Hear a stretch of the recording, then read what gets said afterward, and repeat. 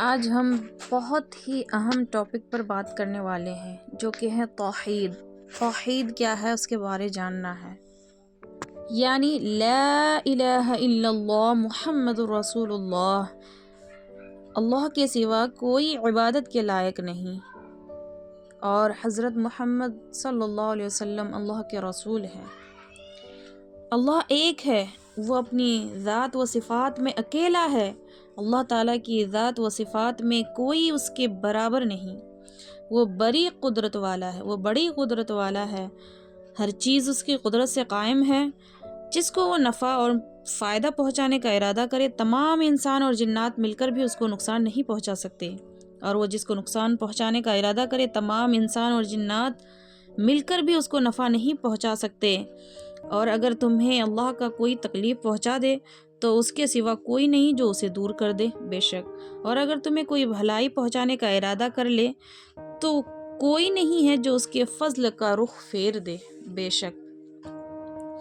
اللہ تعالیٰ کو کسی سامان اور مددگار کی ضرورت نہیں، سب اس کے محتاج ہیں، وہ کسی کا محتاج نہیں۔ وہی حاجتیں پوری کرتا ہے، وہی دعائیں سنتا ہے، وہی گناہوں کو معاف کرتا ہے۔ صرف وہی ذات بندگی اور عبادت کے لائق ہے، اور صرف وہی ذات مدد طلب کیے جانے کے لائق ہے۔ وہ بڑی شان والا اور عظمت والا ہے۔ توحید کا مطلب یہ ہے کہ اللہ تعالیٰ جس طرح اپنی ذات میں یکتا ہے، اسی طرح اپنی تمام صفات میں بھی یکتا اور اکیلا ہے۔ اس کی ذات و صفات میں کوئی اس کا شریک نہیں۔ قرآن میں ہے، کوئی چیز اللہ تعالیٰ کے مانند نہیں، بے شک۔ ہمارا عقیدہ کیا ہونا چاہیے اور کیسا ہونا چاہیے؟ عقیدہ کیا ہے؟ عقیدہ یہ ہے کہ آدمی جن دینی باتوں پر دل سے یقین رکھتا ہے اس کو عقائد کہتے ہیں۔ اسلام میں عقائد کی بہت زیادہ اہمیت ہے، بلکہ دین کی بنیاد ہی عقائد پر رکھی گئی ہے۔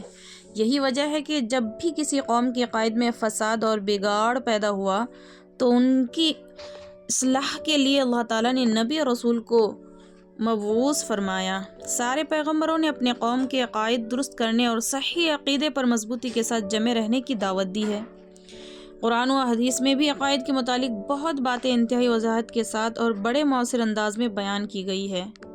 اللہ کی وحدانیت اور اس کی ذات و صفات پر ایمان لانا، آسمانی کتابوں اور رسولوں کے برحق ہونے کا یقین رکھنا، آپ صلی اللہ علیہ وسلم کے آخری نبی ہونے کا، قرآن کی آخری کتاب ہونے کا عقیدہ رکھنا، اور فرشتوں اور آخرت کے دن پر ایمان لانا۔ ایک جگہ اللہ تعالیٰ نے ارشاد فرمایا، اے ایمان والو، اللہ پر ایمان رکھو اور اس کے رسولوں پر اور اس کی کتاب پر جو اللہ تعالیٰ نے اپنے رسول پر اتاری ہے، اور اس کی کتاب پر جو اس نے پہلی اتاری تھی، اور جو شخص اللہ کا اور اس کے فرشتوں کا اور اس کی کتابوں کا اور اس کے رسولوں کا اور آخرت کے دن کا انکار کرے، وہ بھٹک کر گمراہی میں دور جا پڑا ہے۔ اللہ اکبر۔ عقیدہ ایک ایسی بنیادی چیز ہے جس میں ذرہ برابر بھی کمی و زیادتی کی گنجائش نہیں ہوتی، اور تھوڑا سا تنزل بھی بڑے خسارے کی اور نقصان کا باعث ہوتا ہے۔ عقائد کے اعمال کا بھی بہت گہرا تعلق ہے۔ بڑے سے بڑا عمل بھی اللہ کے یہاں عقائد کی درستگی کے بغیر قبول نہیں ہوتا۔ اللہ اکبر، بہت ہی سوچنے اور سمجھنے کی بات ہے۔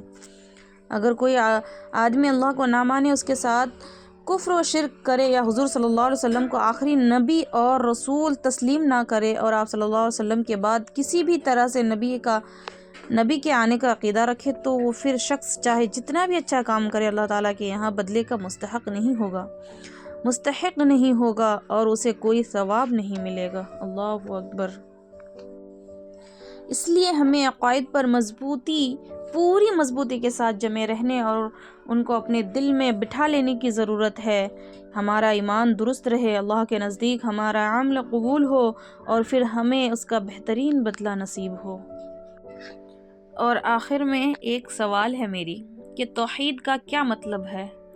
آپ سوچ سمجھ کے بتا سکتے ہیں، کمنٹ میں بتا سکتے ہیں کہ کیا ہے توحید آپ کے حساب سے۔ توحید کا کیا مطلب ہے؟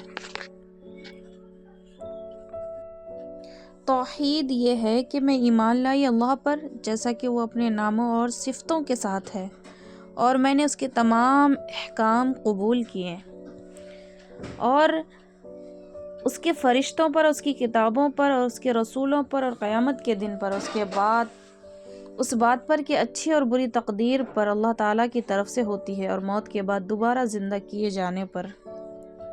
یہ توحید ہے، یہ ایمان ہے ہمارا۔ ایک شخص نے آ کر آپ صلی اللہ علیہ وسلم سے دریافت کیا کہ مجھے بتائیے ایمان کیا ہے؟ آپ صلی اللہ علیہ وسلم نے فرمایا، ایمان یہ ہے کہ تم اللہ کو، اس کے فرشتوں کو، اس کی کتابوں کو، اس کے رسولوں کو اور قیامت کے دن کو حق جانو، حق مانو، اور ہر اچھی بری تقدیر کو بھی حق جانو اور حق مانو۔ السلام علیکم۔